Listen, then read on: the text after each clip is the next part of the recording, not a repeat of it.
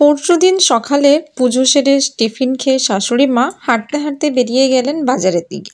ফিরে আসতে আসতে প্রায় ওই 12:30 বা 1টা কাছাকাছি নিয়ে এলেন হাতে করে ছোট মাছ। আর আমার শ্বশুরবাড়ির সবাই এই ছোট মাছের ঝাল, মুচমুচে ভাজা হবে কড়কড়া করে।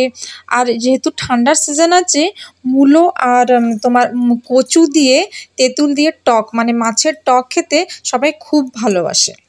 তা আমার এখানে রান্নার তোড়জোড় তো শুরু হয়ে গেছে। আর ঝালের জন্য সর্ষে পোস্ত, কাঁচা লঙ্কা, রসুন, পেঁয়াজ দিয়ে গ্রাইন্ডিং করে নিয়ে মাছটাকে নুন হলুদ মাখিয়ে মুচমুচে করে ভেজে তুলে রাখবো। আর হ্যাঁ, আর একটা জিনিস কিন্তু আমাদের এখানে মানে শ্বশুরবাড়িতে আর কি মাছ যে ভাজা হয়, যদি কেউ মুচমুচে ভাজা খেতে চায় শুধু, তো তার জন্য আলাদা ভাজা হয় এরকম, মানে মুচমুচে করে, মানে একটু বেশি ভাজা হয় কড়কড়া। আর মাছের ঝালের জন্য বা ঝোল যাই বানানো হোক, ওর জন্য আবার একটু হালকা ভাজা হয়, মানে মাছটা একটু হালকা কাঁচা কাঁচা মতন থাকে, একদম কম স্লাইড তেল দিয়ে জাস্ট এপিট ওপিট হবে সেরকম করে ভাজা হয়। তা চলো এদিকে রান্নাটাও হতে থাক আর তোমাদের সঙ্গে কিছু কথাবার্তা শেয়ার করি। হাউসওয়াইফদের জীবন মানে শুধু রান্না নয়, কিন্তু মানুষের রুচি বোঝা, পরিবারের মুড বোঝা, আর তার মাঝেও নিজের স্বপ্নগুলোকে চুপচাপ জায়গা করে দেওয়া।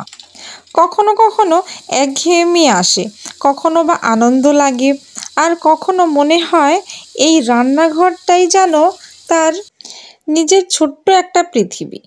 আমাদের বিউটি সোনা কিন্তু আবার খুব একটা মাছ পছন্দ করে নাও, কিন্তু তাও একটু ডেকে দিলাম। কড়কড়া ভাজা হয়েছিল তো একটু টুক করেও খেয়ে নেয়, কিন্তু ভাত দিয়ে একদমই খেতে চায় না।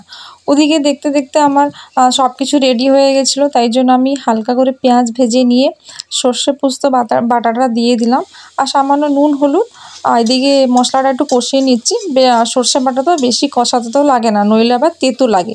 যে একটু হালকা তেল ছেড়ে এসছে, উষুম জল করে রেখেছিলাম, ওটাই আমি দিয়ে দিলাম।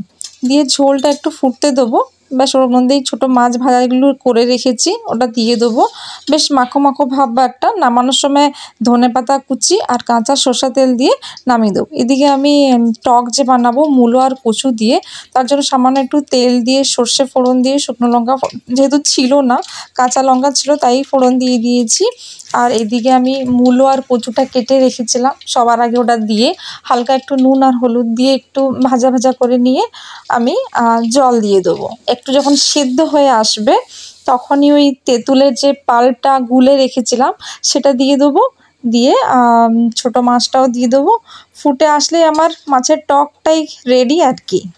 আমার রান্নাটাও কমপ্লিট হয়ে গেল, এবার খেতে দিতে যাব। আর ভিডিওটা পুরো দেখা তোমাদেরকে অনুরোধ করলাম, আমি বাড়াবাড়ি করে নিয়েছি। যদি ভিডিওটি ভালো লাগে লাইক, কমেন্ট অ্যান্ড শেয়ার করতে ভুলবে না। Thank you.